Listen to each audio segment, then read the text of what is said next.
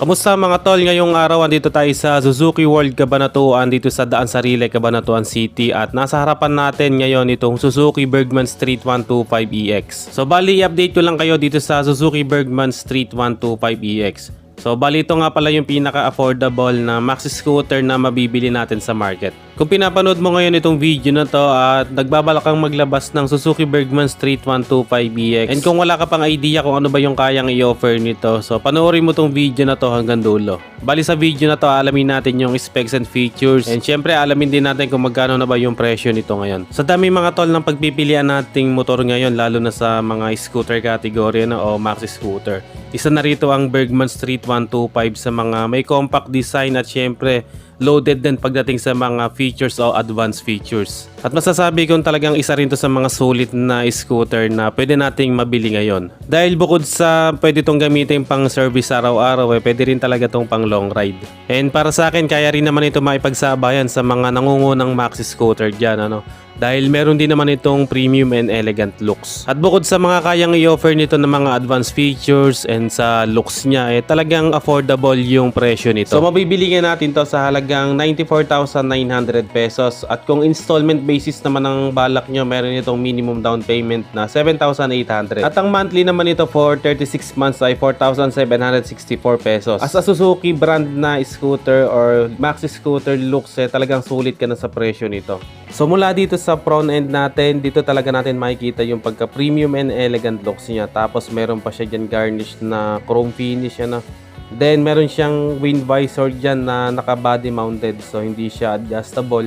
And pagdating naman sa mismong headlamp natin, LED yung ginamit kaya siguradong maliwanag lalo na sa gabi. And sa turn signals naman dito siya nakapwesto, napaka-stylish niya, nakahulma siya doon sa pinaka-fairings natin. Pagdating sa front fender natin, malapad siya, bumagay siya doon sa lapad ng gulong niya. Tapos meron pa siyang reflector for added visibility.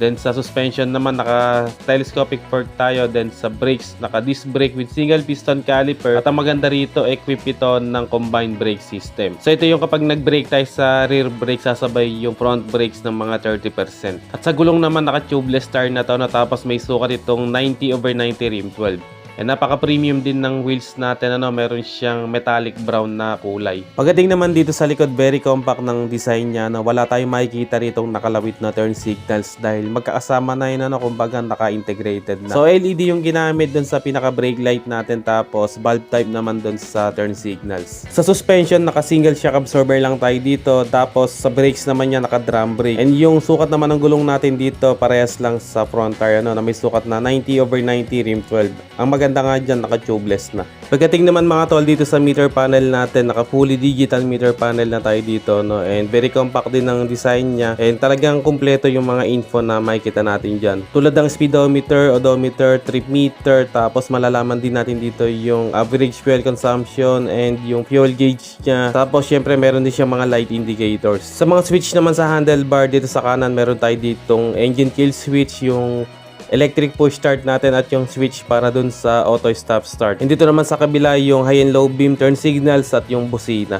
Sa susiyan naman, very compact din niya, naka-integrated key shutter tayo dito. Bali dito na rin natin bubuksan yung upuan natin. And ang nagustuhan ko dito, kasya yung cellphone natin dito sa bulsa niya, sa front pocket natin, kaya safe na safe yung cellphone natin dyan kasi medyo malalim. Tapos pwede rin natin paglagyan ng basahan, ng bottled water, etc. Dito naman sa kabilang glove box natin, meron siyang cover dito. Tapos nandito naman yung USB port niya na pwede natin gamitin pang charge ng mga mobile gadgets natin.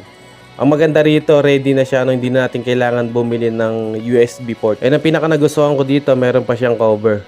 Tapos dito meron tayong utility hooks. So hindi lang yan isa, bali dalawa yan. Dito nakapwesto yung isa sa ilalim ng upuan. Then syempre meron siyang floorboard dito. Gamit na gamit din yan, lalo na kung marami-rami yung pinamili natin. And bukod sa pwede natin yung paglagyan ng pinamili natin, talagang napaka-komportabling sakyan nito, dahil pwede nating extend yung mga paa natin dun sa unahan. Talagang maxi scooter na yung datingan niya. Tapos dito sa pillion footrest natin, ang maganda rito kapag tinupi natin, hindi siya nakakasagabal, nakahulma siya dun sa pinaka-fairings natin. So ayun, parang sinukat, At ang pinaka-importante sa lahat, syempre, yung upuan, So malapad siya, kaya siguradong komportabling sakyan to, lalo na kung maglo-long ride tayo, hindi agad mangangalay yung puwet natin dito. And talagang premium din yung design niya, meron pa siyang mga stitches. And sa cushion naman, malambot siya, Kaya napakasarap nitong upuan. Talagang mag-e-enjoy kayo dito ng OBR mo o nung backrider dahil ultimo dun sa pinakaupo ng backrider talagang andun pa rin yung pagkakomportable niya.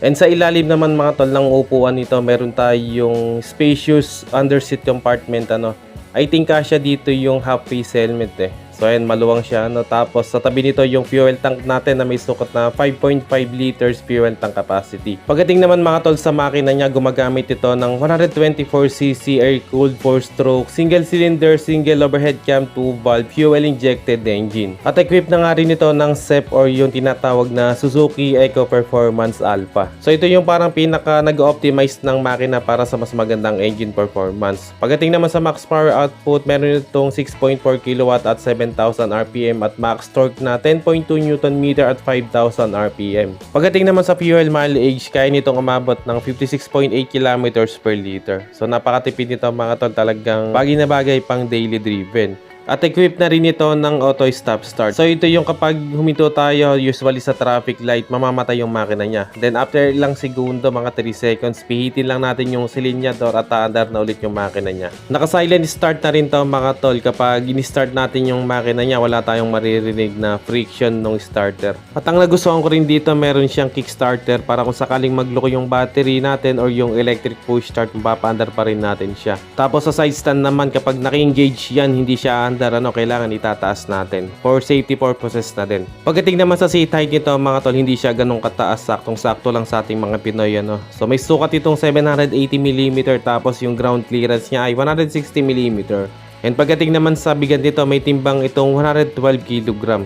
So hindi rin naman siya ganung kabigat kaya madali lang tong gamitin, magaan lang. Kaya pwede rin sa mga beginner. Okay mga tol, yan ng update natin para dito sa Suzuki Bergman Street 125EX. Dito lang yan sa Daan Sarilay, Cabanatuan City. Kaya kung taga Cabanatuan City kayo at nagbabala kayong maglabas ng Suzuki Bergman Street 125, punta lang kayo dito sa Suzuki World Cabanatuan. Kung umabot kayo sa part ng video na to at sa mga solid viewers natin dyan, maraming salamat mga tol sa panonood. And kung bago lang kayo sa channel na to, huwag kalimutang mag-subscribe at paki-on na rin ng notification bell para ma-notify kayo pag may bago tayong upload. Meron din tayong Facebook page, paki-like and follow na rin. Maraming salamat mga tol. Always ride safe and God bless.